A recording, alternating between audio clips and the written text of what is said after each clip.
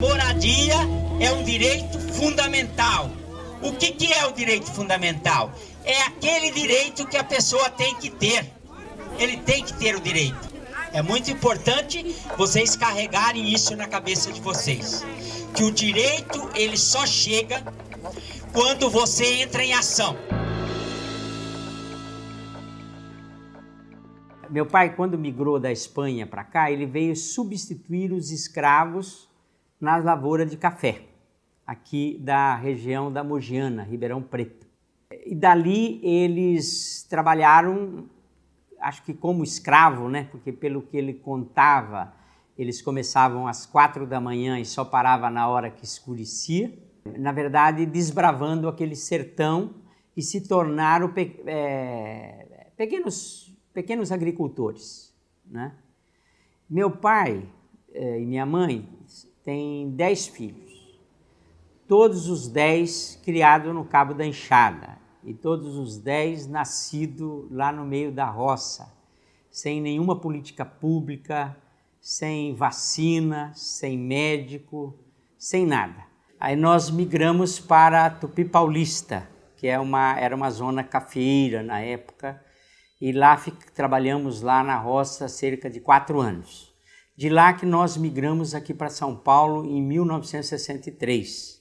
Eu tinha 15 anos. E também não consegui estudar porque quando eu chegava em casa do trabalho, as escolas já estavam fechadas. Então fiquei fora da escola por 5 anos aqui em São Paulo. Em 1979, houve uma grande efervescência de lutas operárias.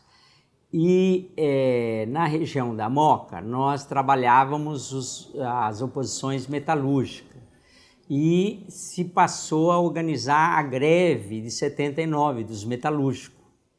E nós organizávamos os metalúrgicos ali na Moca, porque a Moca ela tem uma característica importante. Então ela tinha muitas fábricas, mas ela não tinha local para os trabalhadores se organizarem. Não tinha espaço em lugar nenhum para os trabalhadores se organizar. Tanto que a gente se organizava na Vila Alpina, lá no bairro da Leste. E ela tinha a característica de ter muitos operários, mas ela tinha muito cortiço também. Muito cortiço assim. Os operários moravam no cortiço, né, e trabalhavam nas empresas. Com a crise econômica de 80, 81, nós organizamos um comitê de desempregados ali na região da Moca, na associação. E em apoio aos desempregados, nós vinculamos ao comitê a campanha contra a fome, uma campanha que iniciou a nível internacional, porque havia muita comoção com a questão da fome, muita gente passava fome. E não tinha nenhuma política pública voltada para essas necessidades. Então, nós desenvolvemos essa campanha aí em toda a região leste. E no final de 94, o governo criou um programa de distribuição de leite. E essa distribuição de leite era via as entidades. Então, o comitê era informal, era uma coisa informal. Então, nós fundamos uma entidade para acessar ao ticket de leite, que foi a Fundação da Apoio, e que nós demos o nome Apoio Associação de Auxílio Mútuo da região leste. Em 1995, nós demos sequência à campanha contra a fome, organizando o Sem Teto na luta por moradia. A gente falava que, assim, se paga aluguel, não come. Se come, não paga aluguel. Então, nós passamos a ter prioridade com apoio na organização do Sem Teto na luta por moradia. Mas nós, da Apoio, como nós tínhamos essa experiência dos cortiços na Moca, da organização dos moradores dos cortiços da Moca, nós tivemos como prioridade organizar o pessoal dos cortiços. E aí nós resolvemos vir para a área central. Então nós pegamos Moca, Brás, Belém, Santa Cecília, Bom Retiro, fizemos relação com o pessoal que já tinha esse trabalho aqui no centro e especialmente na Barra Funda. E aí nós resgatamos aquela bandeira que o movimento lá da Moca já tinha levantado, de que os trabalhadores queriam morar perto do trabalho, ou seja, queriam morar nas áreas urbanizadas. Mas o importante desse processo da Constituição, do apoio ali no início dos anos 90, é que naquele momento não havia nenhuma política pública de proteção, né, às famílias mais pobres, né?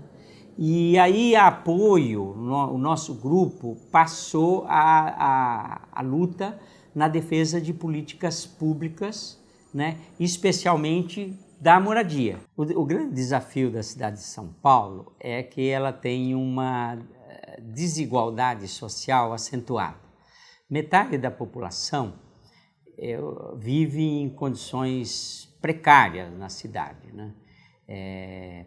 Tem problemas habitacionais, muitos moram em local sem sol, sem vento, próximo a esgoto, ou moram em favela. Nós temos 2 milhões de pessoas morando em favelas.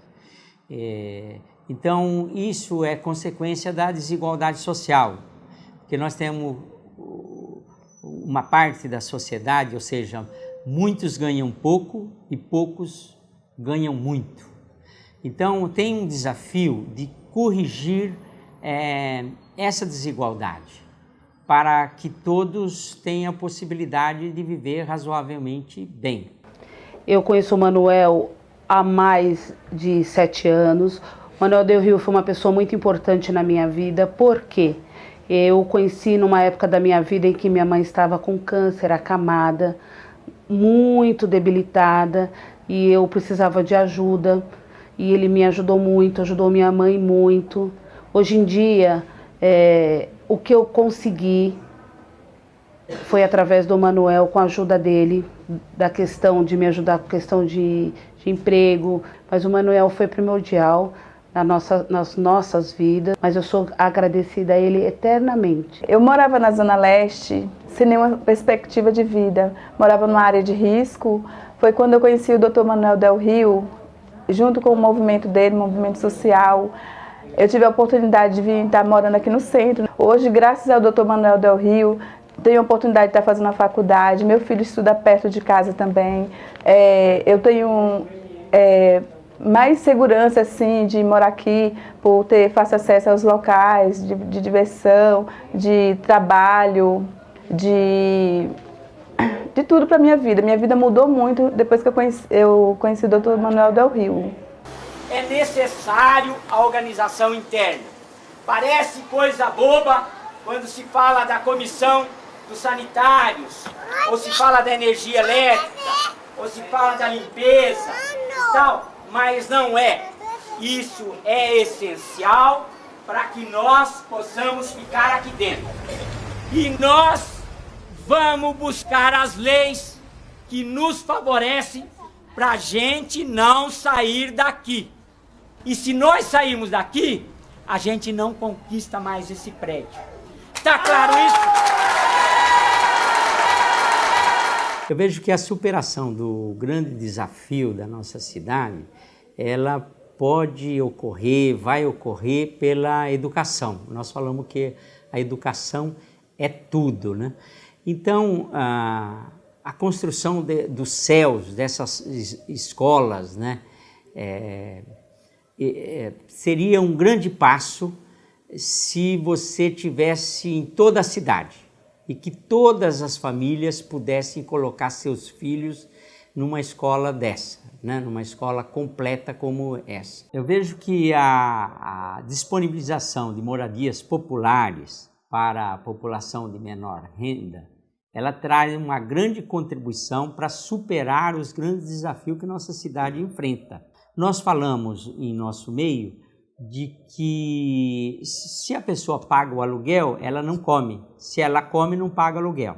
Então, na medida que ela conquiste a moradia dela, ela tem a sua autonomia assegurada. E nós pleiteamos que a moradia ela seja feita sempre nas áreas urbanizadas, né? onde a pessoa obtém a moradia, mas também fica inserido na cidade, não fique excluído da cidade. Nós temos grandes desafios na saúde, mas tem uns programas que estão avançando e que a gente quer apostar neles, né?